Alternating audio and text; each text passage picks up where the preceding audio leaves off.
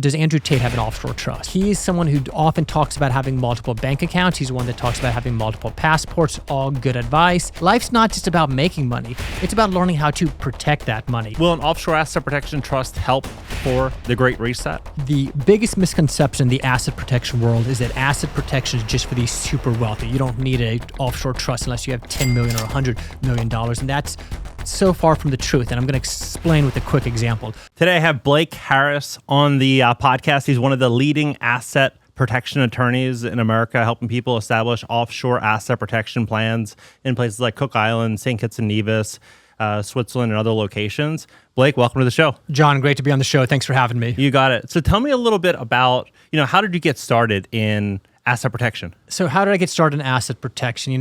The story actually starts off with me as a kindergartner. I was going to school and they had a rule where every single day our parents would give us $1 and we'd pay for our lunch that way. And I realized that if you didn't bring $1, they would still feed us. We were kindergartners. And so after a few weeks of forgetting the $1, I'd accumulated a nice little stack of cash. Well, the school contacted my parents, they conspired, and they did what I consider a illegal search and seizure, went into my personal cubby and took all of the cash that I had, through some very wise moves, accumulated for myself. And that's when I realized life's not just about making money. It's about learning how to protect that money. So I ended up going to law school. After I graduated law school, I was working for a trust and estates law firm. And the office I was working for, or the law firm that I started soon after, was just a few blocks away from another attorney's office. His name is Barry Engel. Barry Engel was the attorney who wrote the Cook Islands Asset Protection Trust Law. He's considered the godfather of asset protection. And I got to learn from him and work with him on a few cases and read his book and take his continuing education classes. And he's the one who very much taught me about the asset protection business. So it started off when I was young, but it was really very much developed by working with the founder of the offshore asset protection business. That's exciting. So when did you start that? About a decade ago. I've been an attorney now for about 12 years, and I've been focusing on trust work the entire time. So for people that don't know, what is the difference between a domestic trust and, say, an offshore asset protection trust? So, John, this is a question that I get asked probably a few times a day. And there are two types of asset protection trusts. There are domestic trusts, which can be formed in jurisdictions such as Nevada, South Dakota, Alaska, Wyoming. There's about 18 different jurisdictions that allow you to form a domestic asset protection trust. There are also offshore jurisdictions, the Cook Islands, Nevis, Belize, about a dozen or more offshore jurisdictions to allow you to form an offshore asset protection trust. The benefit of creating a domestic trust is that it's a little bit simpler. It's easier to sell one to a client because clients are much more comfortable using a trustee out of Nevada than a trustee out of, let's say, the Cook Islands. They're a little bit less costly to set up typically. However, they lose a lot of settlement leverage.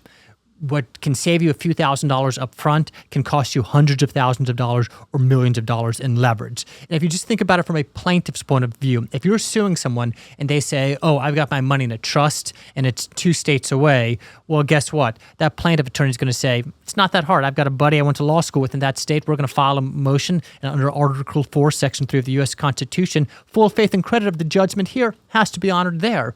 Now, on the other hand, if your assets are controlled by a Cook Islands trustee, the money's in a bank account in Switzerland, the plaintiff is pretty much dead in the water. They're going to have to take your settlement offer. So the difference is the power that you get, the protection you get. There have been several failures of domestic-only trust. There's never been a failure of a properly structured offshore Cook Islands trust. So you get better protection and you get much better settlement leverage by using an offshore trust, John. So how does an offshore trust actually work? Let's say you're explaining it to a 5-year-old. Okay. They have no idea what an asset protection trust is. They've seen Wolf of Wall Street and they're just using their imagination and then not really looking into it. Well, think about it like this. Let's say you have a boat. You enjoy the boat, but you decide, I'm going to give the boat to my friend John. John will still let me ride around the boat. John will still let me go and bring some friends on the boat and take some pictures for Instagram. We've got a boat. We can enjoy the boat, no problem. But if I get sued, if I do something wrong, or if I don't even do anything wrong, but I still get sued, which happens often here in the world's most litigious country, nobody's going to be able to go and take a boat away from my friend. It's that simple. You hand control of the asset to an individual, to an entity, not subject to U.S. court orders. They allow you to remain the beneficial owner. You can still enjoy that property. But again, if you're ever sued, that asset remains protected. So if you were sued, let's say, for example, you got sued for jaywalking, hypothetically, the $5 million fine, maybe a big car accident. I jaywalk all the time, so Yeah. yes. And you get sued, and they're dedicated to getting this money from you. But you're like, hey, my buddy John's got my boat, he's got my house, he has multifamily properties, he has X, Y, and Z. But what if, like, how does that actually work? You go to court, you say that I don't own anything, the trust owns it, but then what? How does it play out? Well, not only is it a tool for protecting your asset, not only is it an offshore asset protection trust for protecting your assets, it's also an excellent tool in negotiating a settlement. And so the situation that we explained to a 5-year-old, I'm going to explain it to someone who's, let's say, 25 years old. Instead of having your friend John sitting next to you on the couch recording a podcast, you've got a trust company out of the Cook Islands that controls it. So they sue you, and then you say, you know what, you can sue me, you can spend all this money hiring an attorney, or actually in America, you could just take it on a contingency fee. It doesn't cost you anything to bring a lawsuit. You can say to them, you know what, you can sue me, you can spend all this time doing it. You tell the attorney, because they're investing their time and resources, you're not going to get away with taking any money from me. It's controlled by an overseas trustee. My money's in a bank account in Switzerland. They're not giving you any money unless you get a court order from the Cook Islands, which is not an easy thing to do.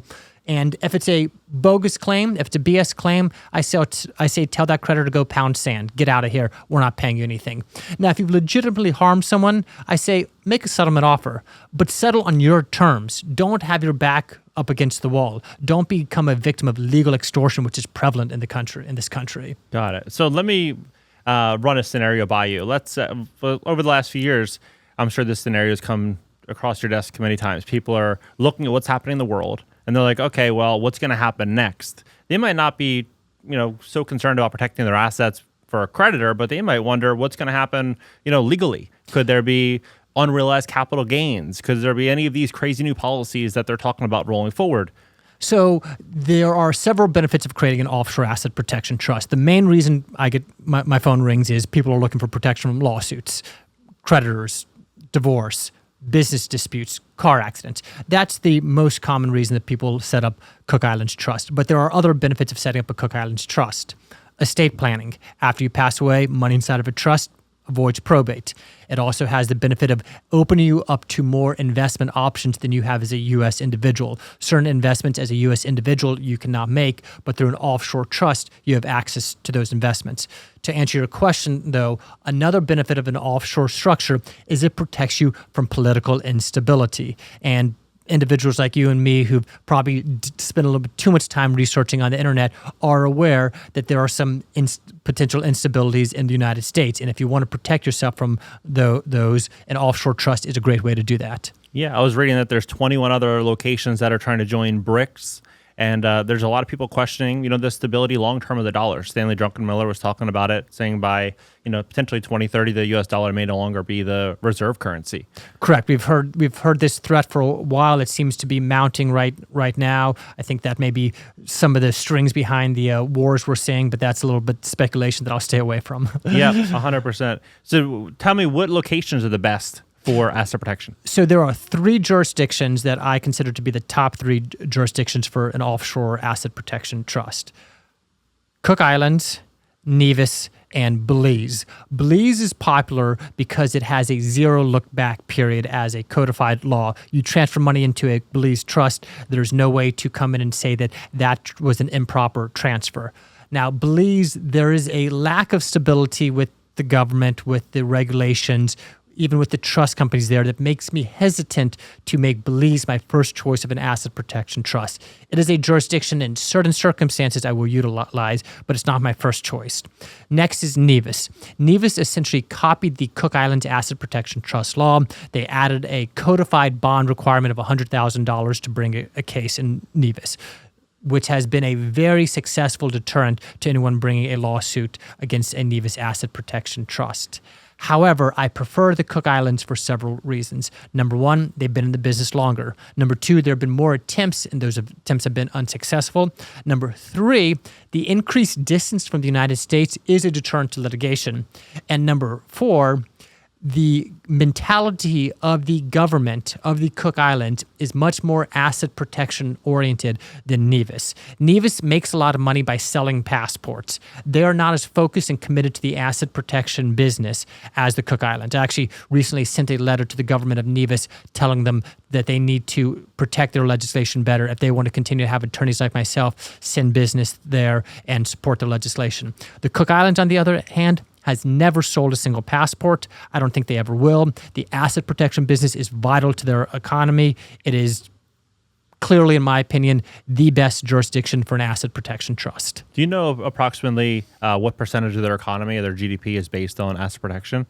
I have heard this. I've heard this statistic before. It's somewhere around, I want to say, 10%, maybe around 10 to 20%. It's the second biggest industry after tourism. And where tourism got killed during COVID, it became even more important, the offshore trust and banking industry in the Cook Islands. Tourism has started to trickle back in with just recently allowing flights from not just Auckland, also from Hawaii. Cook Islands, most beautiful.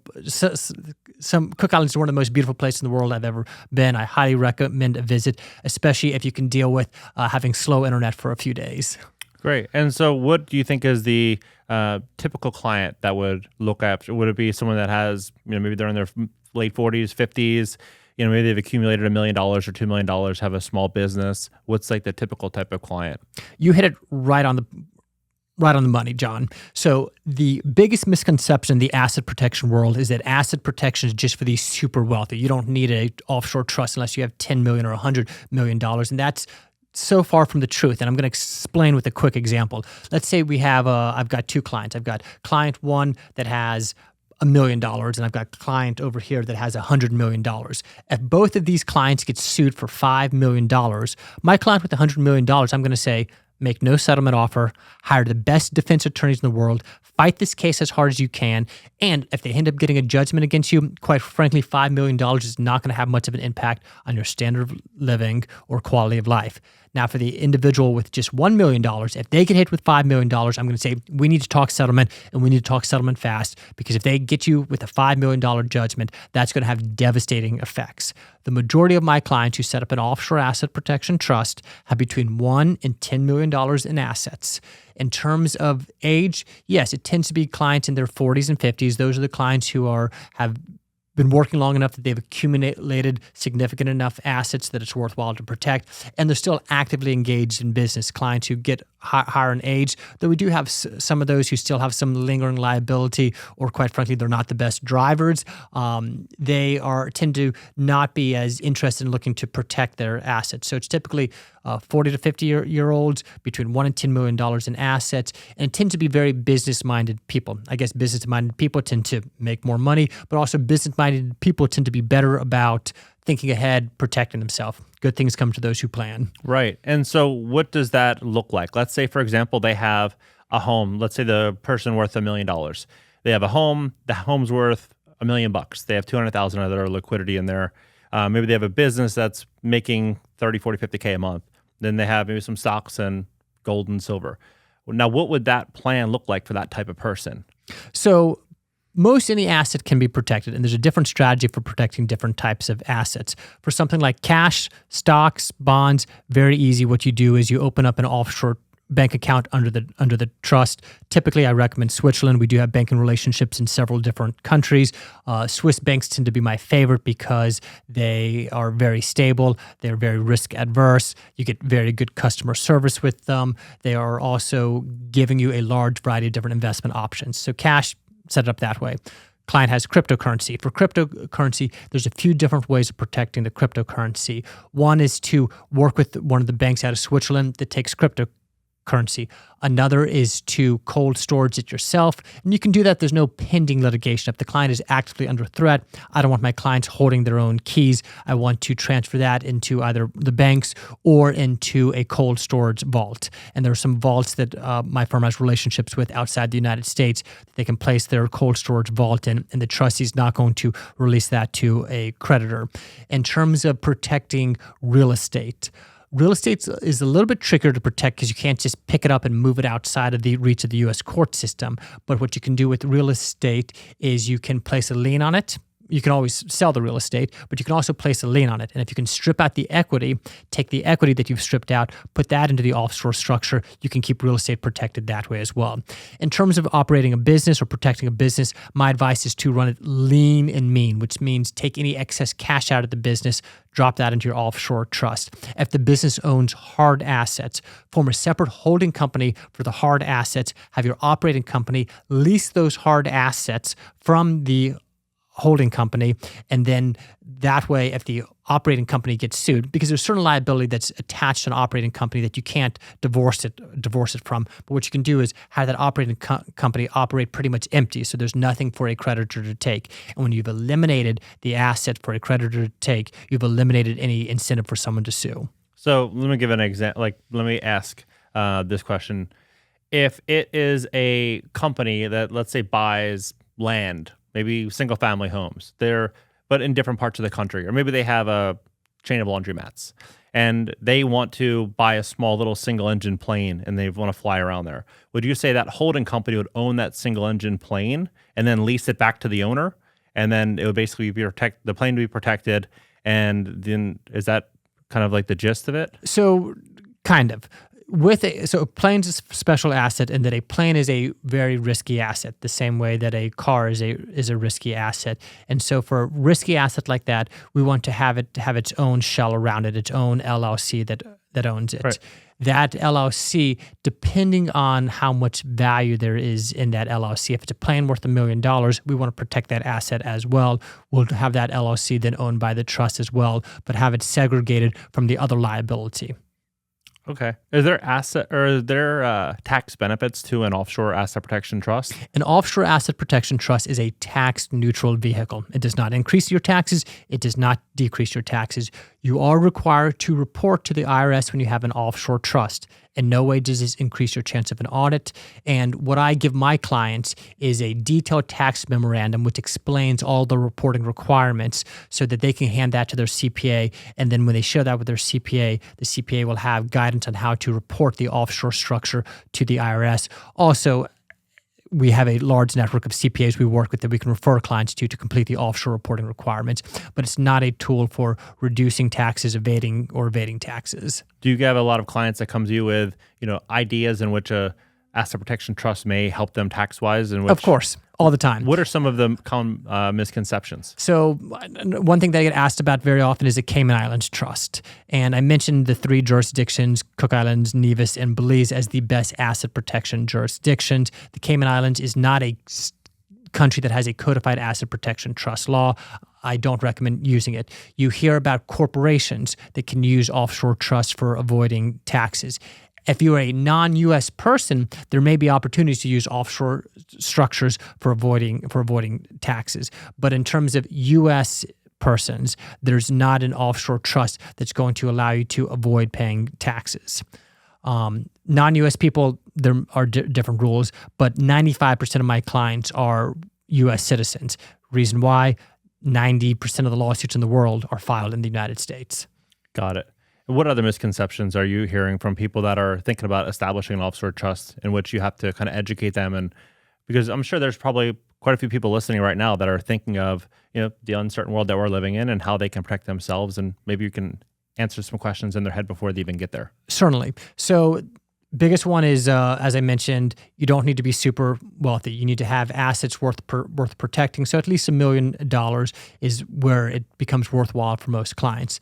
Next, as we mentioned, it's not a tool for avoiding or evading taxes. Other misconceptions is that a domestic trust will do the trick.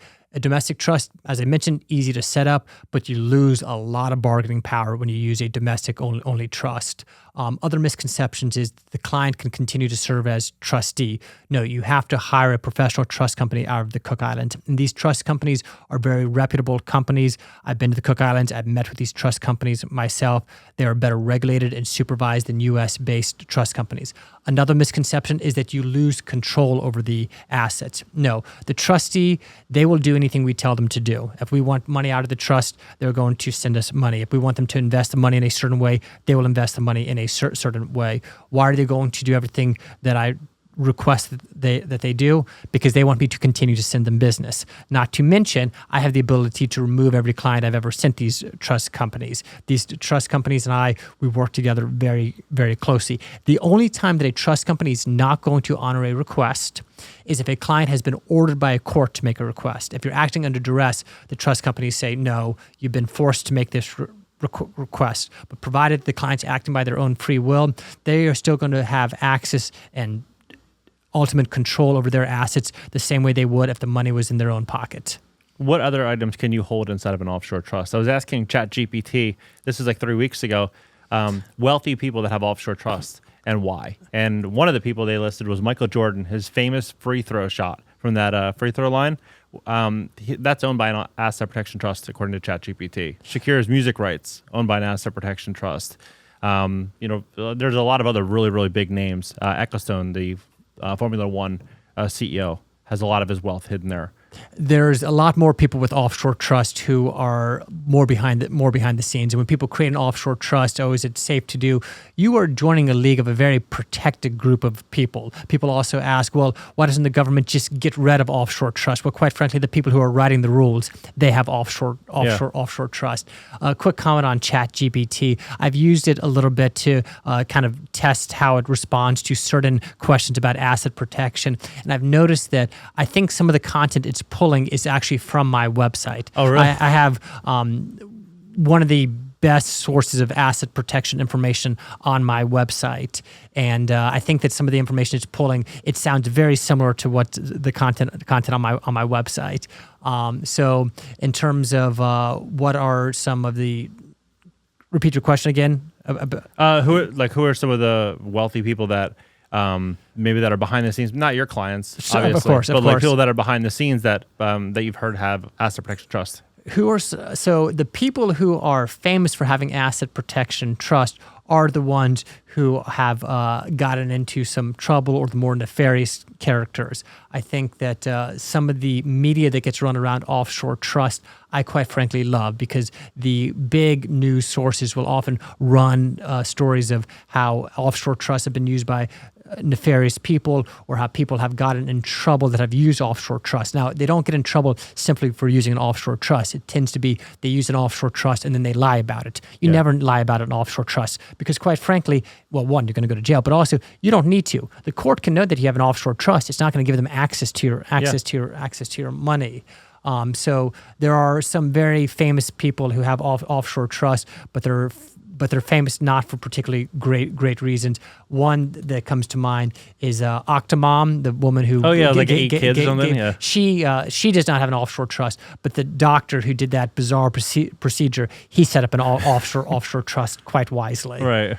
And do you think Alex Jones? I mean, a lot of people have kind of talked about him and a couple other names that have been dragged into massive lawsuits. So I would like to think that he thought of an offshore trust. Here's one. Does Andrew Tate have an offshore trust? Yeah, I was actually going to ask that. And this is something that I talk about some. I don't know the answer. I would like to think so.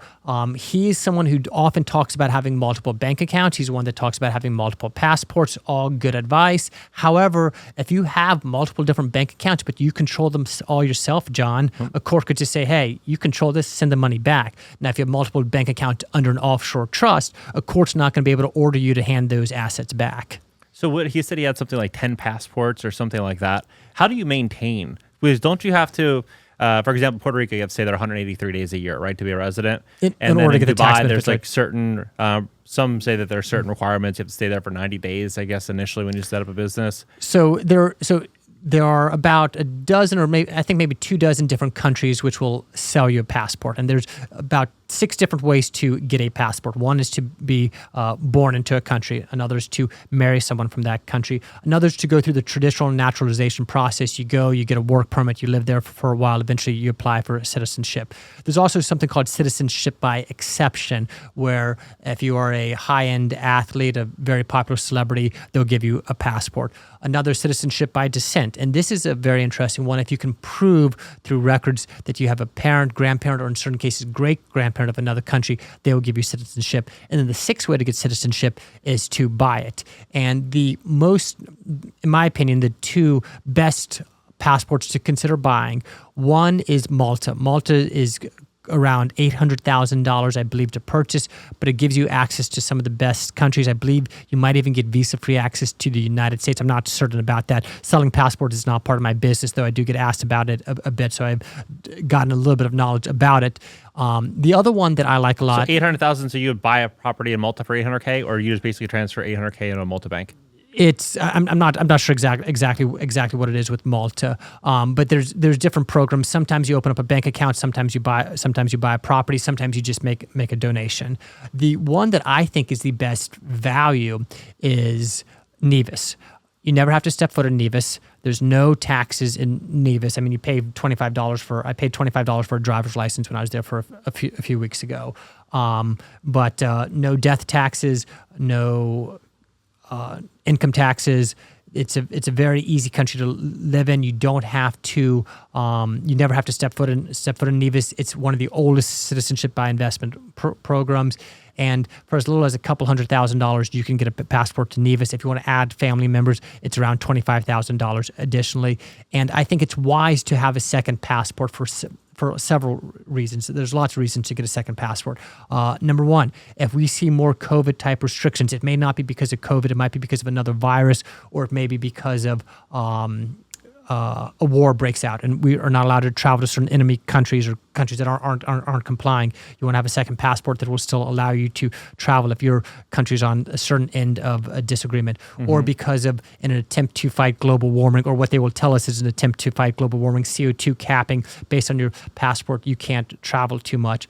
If you're considering renouncing your U.S. citizenship, you want to have another passport so you don't end up stateless. And another benefit of having a second passport is you get to be cool like James Bond. Yep.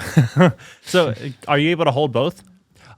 So it depends on the country, but a lot of people do. Yes. I mean, like, let's say, for example, you have St. Kitts and Nevis, right? You have that passport that you just mentioned, spend $100K. And now you set up maybe a trust in St. Kitts and Nevis. And that trust made a really good investment. Maybe bought Apple stock for $1, and now Apple stock's worth $100. Do they have favorable tax policies there in relation to the U.S.? So if you're still a U.S. citizen, it's not going to do much good for your taxes. But if you renounce your U.S. citizenship, then it can save you a lot in taxes. If you want to save in taxes as a U.S. citizen, move to Puerto Rico, renounce your U.S. citizenship are the two main routes to do that. How are how was Nevis during all the lockdowns and everything? You know? They were locked down as well, but it's a tiny island country. I mean, you can drive around the entire country in about 45 minutes. I can't imagine that they were taking things all that seriously. It did slow down their tourism industry, which the locals there didn't like, but also talking to the people there, they were much happier. They said we can actually eat the local food. Typically, we're taking this local food and having to sell it to the visitors, and we have to eat cheaper brought in food. So it slowed down. It was interesting. I mean, and I think a lot of experienced this during COVID. It may have slowed down business in certain regards, but also brought a different level of happiness during COVID. So it was affected as well. I mean, it wasn't as free as Florida probably, but it got lifted. It wasn't a Canada or Australia type of COVID lockdown place. Yeah. So if you have, let's say you're a family man, you got two young kids, maybe they're 5 years old and 7 years old. You see the way the world's going, and you're concerned with everything that you just mentioned, potentially closures or emissions or whatever it may be, and you want your children to have the same life that you had. When they grow up, they're able to travel, enjoy the world, enjoy experiences. What passports would you suggest other than what you just mentioned that would allow them access, or at least, allow them access to travel and to enjoy their life? So it depends on how much money you have to spend. It also depends. Let's say $5 million. So okay, it's more so you've got a fair bit of money to spend on passport. I would look at something that gives you access to the European Union, because that's going to be similar to the United States in a lot of regards. There's three basic areas where you can purchase a second passport: the Caribbean, Europe, and Asia. And what I tell clients who are thinking about purchasing a second passport, go and visit the place. See whether you like it or not, whether it's a place you could see yourself spending some time. I would say so. It really just depends on the person and what they're looking for. But I think it's very wise having a backup plan. I think it's wise to have multiple different bank accounts, and I think it's wise to have those bank accounts owned by an offshore asset protection trust. Great. So for that example that I just gave, if you have one asset protection trust in, say, the Cook Islands, are you able to have basically entities that are associated in some capacity, in which, let's say, you have money set aside for your wife, you have money set aside for your son, you have money set aside for your daughter, and then they basically have their own type of investment vehicle in which they're able to invest in and kind of do their own thing inside of an entity associated with yours? So with a Cook Islands trust, you can open up different entities under it. Nevis LLCs are a very common one, but you can open up a U.S. LLC under Cook Islands trust. You can open up multiple different bank accounts under one Cook Islands Asset Protection Trust. As far as having different beneficiaries, typically the way it's structured is the client would be the initial beneficiary. They'll set up the Blake Harris Trust, and then Blake Harris will be the beneficiary of that trust. And then after Blake passed away, the money then divides down between his children. If you want to set it up with different beneficiaries, it may actually be better in that case to set up a separate trust and actually totally get it off your books, so that if you are ever subpoenaed to have to complete a financial affidavit, when you do have to complete a financial affidavit, you do report the existence of the trust. You can report the value of the trust at $0. But if it's a trust that you're not even a beneficiary of, you don't even have to report on you should not even report on a financial affidavit. And so in that circumstance, if you want to set up little pools of money for other family members, setting up separate trusts may be the best route to do that. How much is an asset protection trust? So asset protection trust, the bare minimum you're ever going to find anyone to quote that has any idea what they're doing is going to run around $10,000. The higher cost asset protection trust that I've quoted before run between $100,000 and $200,000. Majority of asset protection trust runs somewhere between $20,000 to $50,000. Generally, my fee runs around $25,000. That's the setup cost. There are annual maintenance fees on top of that, which run around $5,000 to $10,000 a year for the basic trust. Of course, the higher end trust, there's going to be higher annual fees. Got it. And so if you have one trust and then you have one for your wife, one for your, one or two children, it would basically be $25K or $30K times the amount of children. There's no like type of. It depends on the attorney you're working with. If someone's bringing a quantity of business, typically most service providers can relax their fees a little bit in that circumstances. Though the majority of individuals don't set up multiple trusts. They'll set up one trust with themselves as beneficiary, and then if they want to give money to their children, they can make a distribution to themselves or have the trustee distribute money directly to the family members without needing to go ahead and give it away to the family member. One power that I don't ever want to take away from a client is the ability to cut off or cut out a family members. Keep your family close, but still keep in control of your own money. Yeah, that makes a lot of sense. We've seen a lot of chaos probably the last few years in which many people probably could have done well with that advice. What Certainly. other locations are people also considering for asset protection trust For asset that you do not like?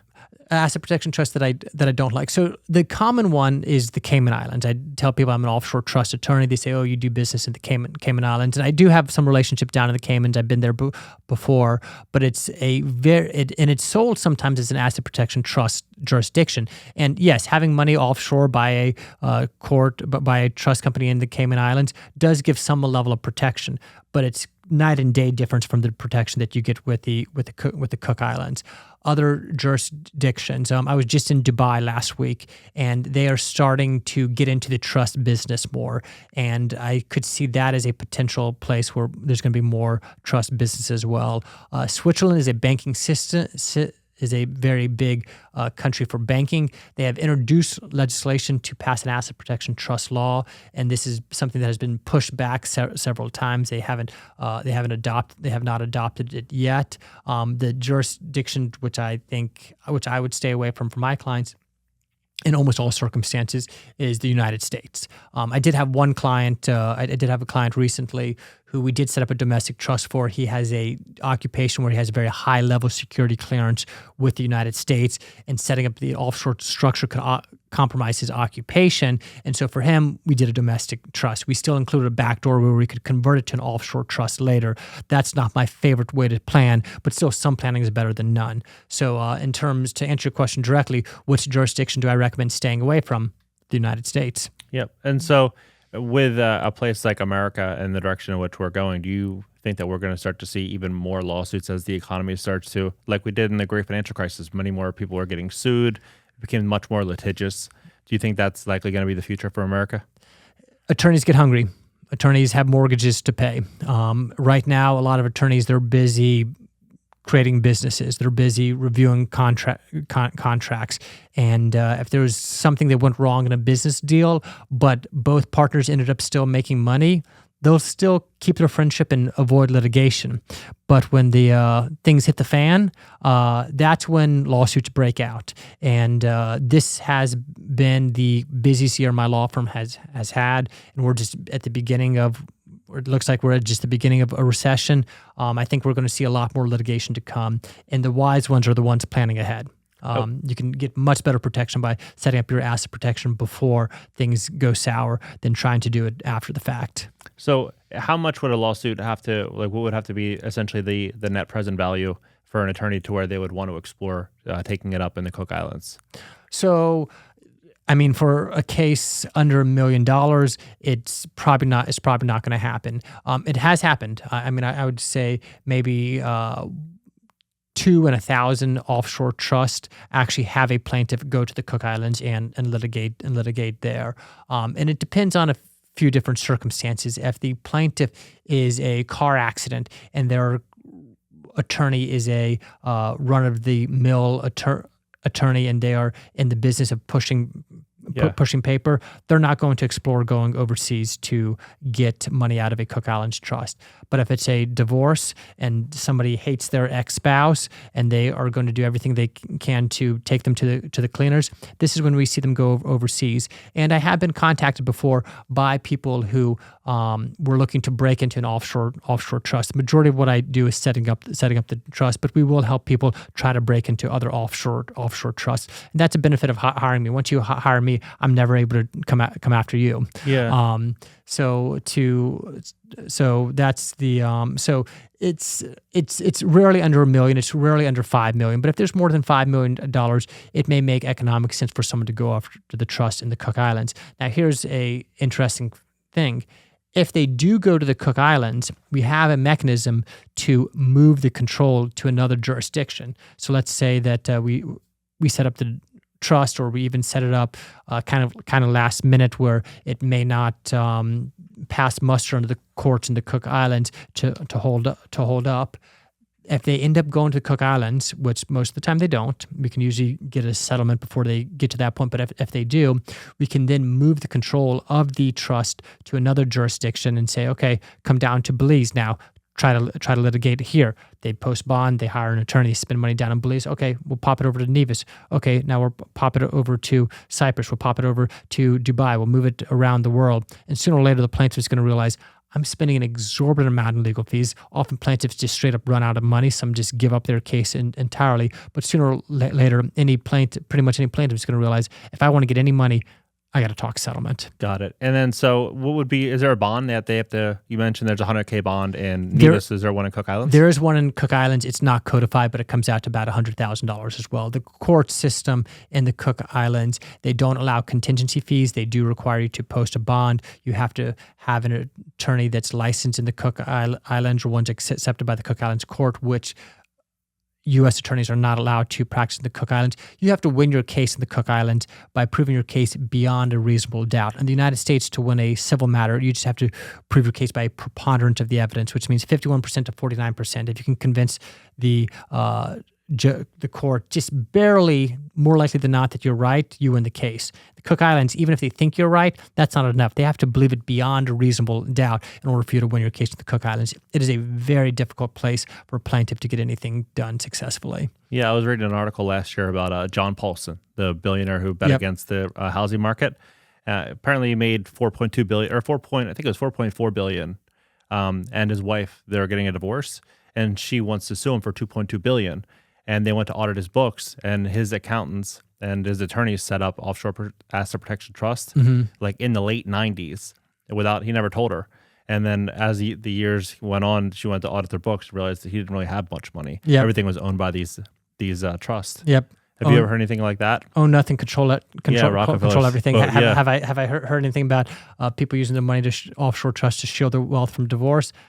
Yes, on the car ride over. I had that exact conversation. And so how would that actually kind of play out with a situation where So they've been married 20 years? So an offshore trust can't protect from divorce. The farther in advance of the divorce, the better it is. I mean, a divorce is another situation where I say make some settlement offer, but don't get taken advantage of. Got it. And so what does that normally look like? They just make an offer and then it's just maybe it plays out over a year or 2 years? I mean, it gives settlement leverage, and the time varies. I mean, for non-divorces, sometimes people realize the other individual, the person they're suing, has an offshore trust, and they'll just drop the case from the beginning. With the divorce, they tend to still push forward in some regards, but ultimately they're pushed back and they'll take some settlement offer, as opposed to being able to just have a court order you to hand over an enormous amount of assets.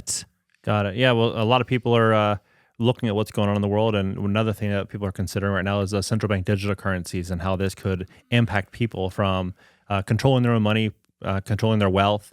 What are your thoughts on CBDCs and how could asset protection plans potentially help against that? So two questions there. What are my thoughts on CBDC? I think it's inevitable. I think that there's just too much for benefit for the government that it's not going to happen.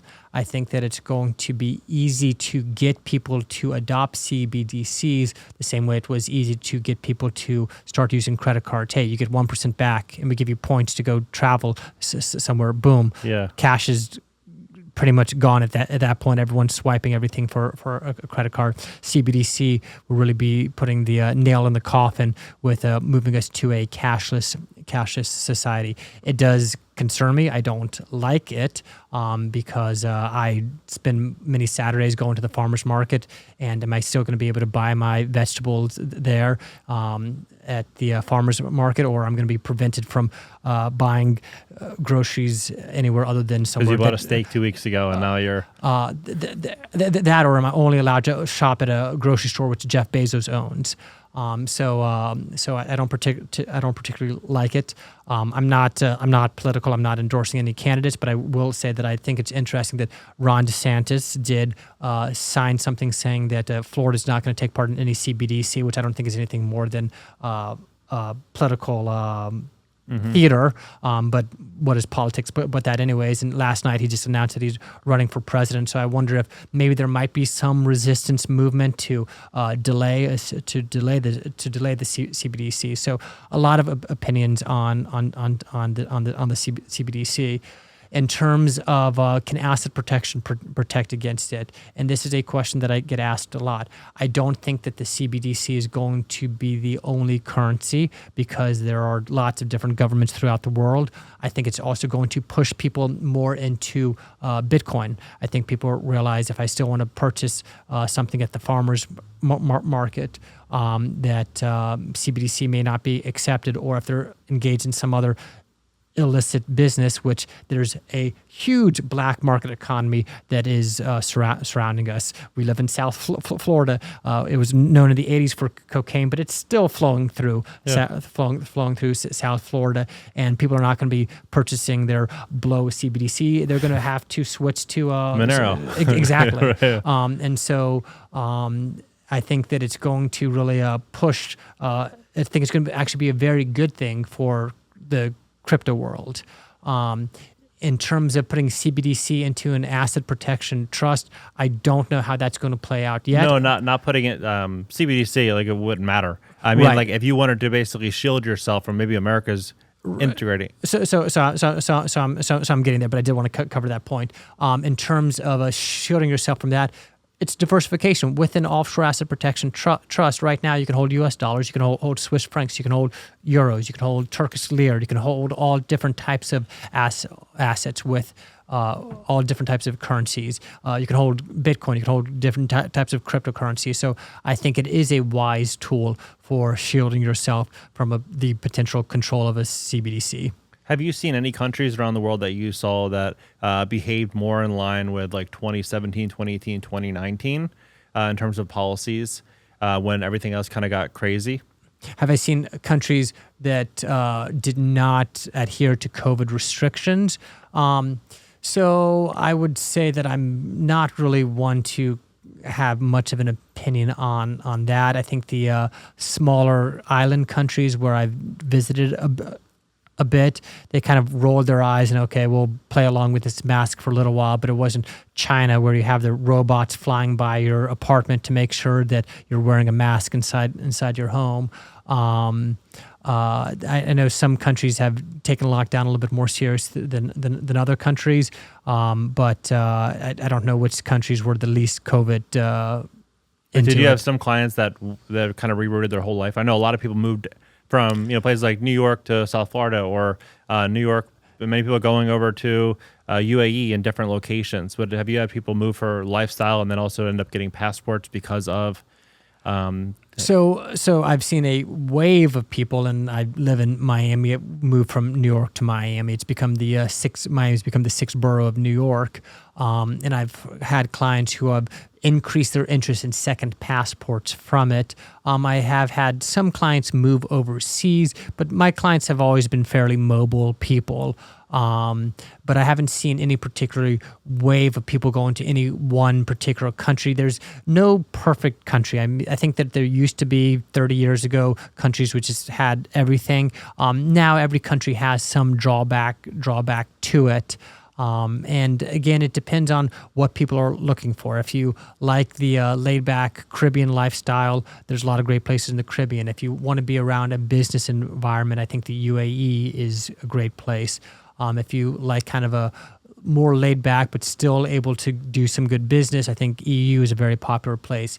If you are like a lot of cutting edge opportunities, I think there's a lot of opportunities in Asia where you can make a lot of money. And so it just depends on the person for really the right place for them. Got it. So what is the cost annually to operate? Let's say you establish the offshore trust, you spend the initial.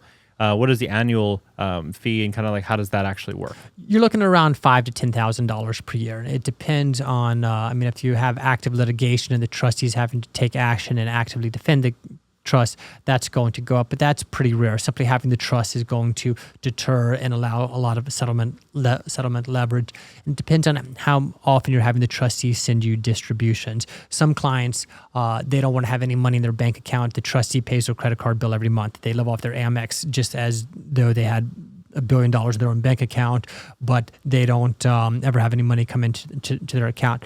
Other trustees, they use it like a treasure chest every 6 months or so, which is the way I use my trust. Every 6 months or so, I'll contribute some money to my trust, but I'm not actively using it as a day-to-day piggy bank. It keeps the cost to maintain my trust down a bit as well. So how much money would you keep in your accounts enough to last you 90 days? Then you basically... 6 months to a year's worth of living expenses. Now, if there's active litigation where you may be called in for to complete a financial affidavit, called in for a debtor's exam sometime soon, then I would say keep 30 days worth of living expenses on hand or 60 days worth of living expenses on hand. But if there's no active litigation, by the time somebody serves you with a lawsuit until they get a judgment, super fast would be 6 months, but it's more like 2 years typically. So having 6 months to a year's worth of living expenses on hand makes sense. So I'd say have a year's worth of living expenses. Once that gets down to about 6 months, replenish that. Got it. And so you fly to these locations often. Do you meet essentially the people that are running these countries? I've seen, I think, a picture or so with you. Maybe, I don't know if it was St. Kitts and Nevis. I'm not sure. I do have a photo of me on my website with the premier of Nevis, but I travel frequently. I think the majority of my time I'm out of the country. I've been to probably about 15 different countries in the past year, and I do this for a lot of different reasons. One is there's a lot about being in other countries that I like. The food, you can often get a cheaper cost of living. I'll even mention that dating, there's some good options outside the United States. Definitely. Like passport bros. Passport bros. But really what I love doing is developing business relationships for my clients, because with this, I can get better deals for my clients, and I can do a better job for my clients than a lot of other attorneys can, because I've negotiated deals, and because the quantity of work that I do with these offshore providers, and because they know me quite well and they trust me that if I bring them a client, I'm going to be bringing them good clients, that they will give me and my clients better deals and better discounts and faster service and better service, and sometimes even accept cases which they may not accept otherwise. So what would be a case in which they wouldn't normally accept? It depends on if there's. It's a few issues. If there's pending litigation, they will be a little bit hesitant, or if the client has some issues in their background. If their issue in their background is that they got caught with a small bag of pot 10 years ago, it's not a big issue. But if they have hard felonies for wire fraud, that may prevent them from being able to set up a trust, or there's going to be a risk premium for them setting up a trust. The trust companies, what they don't want is bad publicity. So as long as there's no bad publicity involved in the process, we can usually get them set up. We can usually get them approved. I mean, we can almost always get them approved with some trust companies, but I have my preference of certain trust companies, the ones that have been in the business longer, the ones that are a little bit bigger. I mean, they're still relatively small, but bigger for a offshore trust company. And if they have any bad publicity, trying to get them approved can be a little bit complicated. But I've developed relationships where certain cases where other attorneys may not be able to get them approved, we can get them pushed through compliance. What is like a ballpark, the most money you've protected with one specific client? So some of these trusts, they have individuals who have tens of billions of dollars in assets. The biggest client that I worked with was about $500 million. Got it. And do you come mainly from referrals? I know you're doing a lot of TikToks, and like, do you get some of these clients also from TikTok? So TikTok, social media, Instagram is a source of leads. Google has been a source of business as well. If you type in Cook Islands Trust Attorney, there's a pretty good chance that my law firm shows up on the front page. I do a lot of speaking engagements. I teach continuing education. So I teach other attorneys how to do this type of work. And a lot of other attorneys, they get clients who are interested in this type of work, but they're not comfortable handling it themselves. And they're wise enough to seek out somebody who really specializes in the area. And I'll partner with other attorneys, and I'll help other attorneys do this type of work for their clients. And then a lot of referrals from past clients who we've worked with for a while. Past clients are referring us as well. And then sometimes just through general networking, attending a conference, or even sitting at a nice hotel bar. People ask what you do, and when you say you're an offshore trust attorney, people find that kind of interesting. Definitely. It's not like you're saying, "Oh, I'm just an engineer," or right. "I'm just like an attorney, a regular, litigation attorney." Right. So, but a lot from me teaching continuing education, and a lot of referrals. And nowadays, social media is a part of it.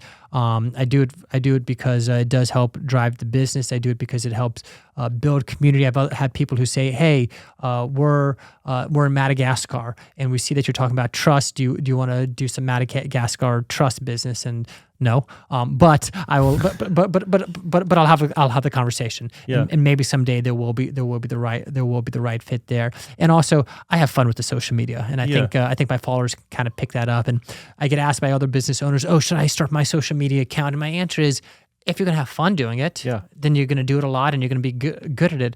But if it's not something you enjoy, if you don't like going on camera, if you're not comfortable having some people spit at you in the comments, if you don't have tough skin, it's probably not right for you. But if you can be comfortable with your own imperfections, and some days I have bad looking hair, and I'll still go on social media. But I enjoy presenting, and I enjoy the entertainment factor that comes with the social media. So it is a part of my business, but it's a part of my life too. It's kind of an art as well that I enjoy. Yeah, I think you can really tell who enjoys social media and who doesn't by not just how much content they put out, but the look in their eyes when they're actually talking. Like, I follow some mortgage lenders. Some of them are like, today's 30-year fixed rate mortgage is 6.25. Like, they're just basically serving time, like a prison sentence, doing their content.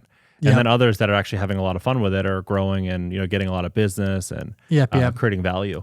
And for me, I'm a big fan of leaning into your personal brand. Don't try to fit the mold. I don't wear a suit and a tie. I have a saying that suits are for bouncers and con men. I am a believer in if you're comfortable with what you're saying. You should be comfortable with what you're wearing. Don't be afraid to occasionally alienate someone, because it's more important that you are yourself. I watched a interview recently where someone was talking to interviewing Elon Musk and saying, Elon, you tweeted this, and this was a conservative thing you tweeted, and might that put off somebody who's potentially interested in buying a Tesla?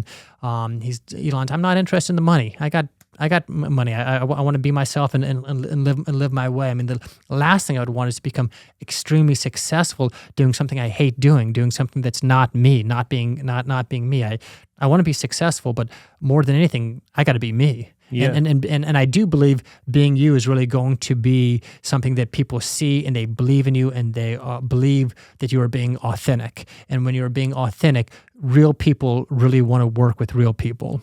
Yep, 100%. You can see it in your eyes. Well, thanks so much for coming on. Hey, John, this was fun. Thanks for having me. You got it, Blake.